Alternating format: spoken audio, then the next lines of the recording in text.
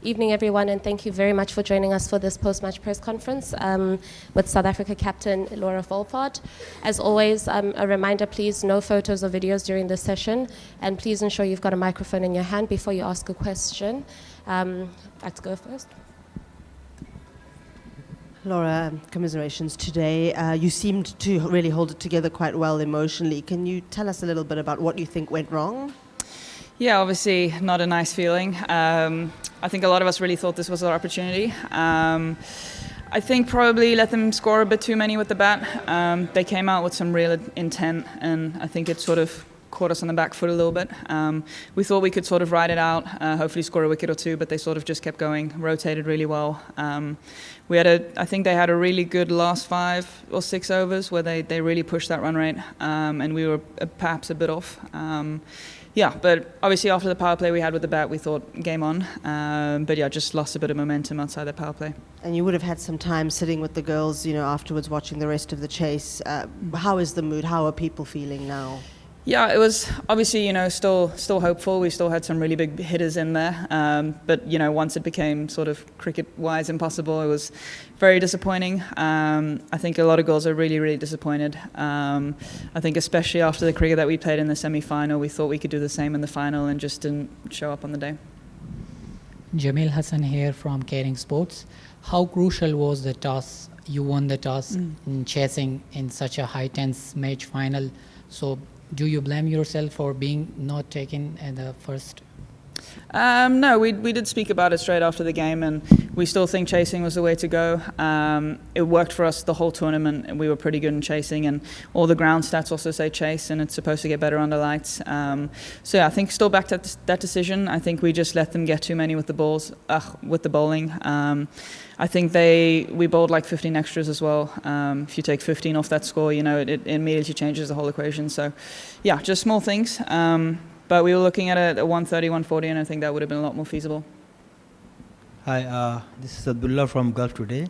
Hi, Laura. I don't know. I should not be asking this question. I think so, but I have to ask it.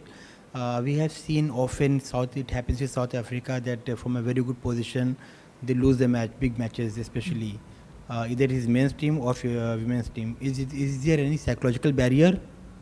I don't think so. I think if that was the mindset, we would have lost the semi-final to the world champions. I think that game brought out the best in us, and that was a very high-pressure game.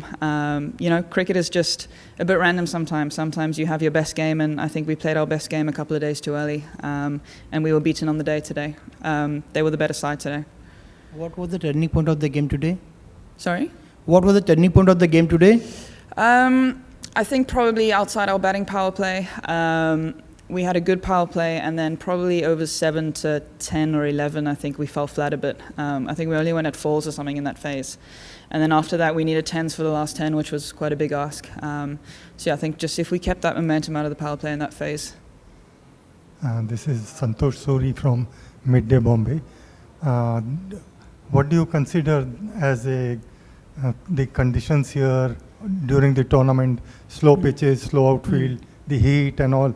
Was it challenging, and would you like such things to continue in the World Cup in future, or you like better conditions, better pitches and in better positions? Yeah, definitely slower overall. I think today was the best wicket of the whole tournament.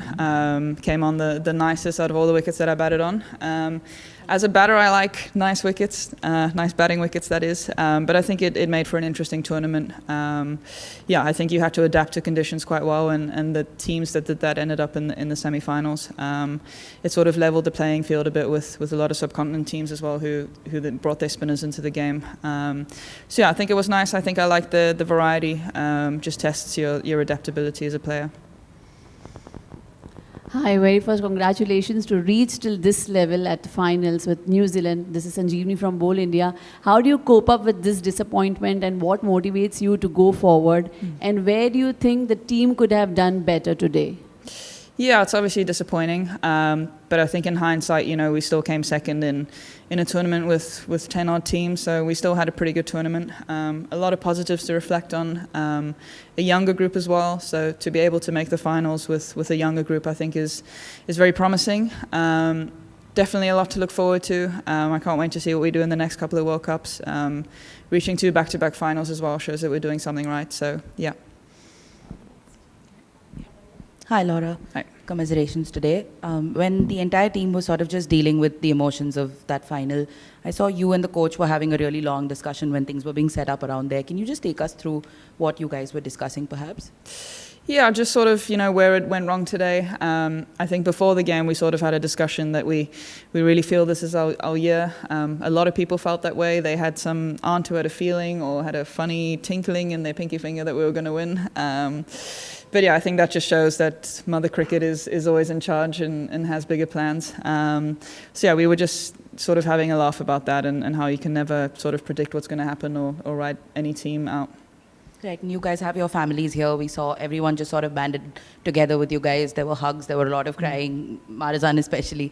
Can you just tell us how, in moments like this, right, you had your first World Cup loss when you were at home in front of your home crowd. Here you've just got that one piece of family here with you, little piece of home with you. How important is that going to be for you maybe over the next couple of days? Very important. I think a lot of us flew the family in with the thought that we would win, but I think in looking at it now, I think it's actually very good they're here as well for the loss. I think obviously that's everyone's support systems back at home. And as soon as we found out we were in the final, everyone was scrambling to try and get visas done within the 48 hours or whatever that we had.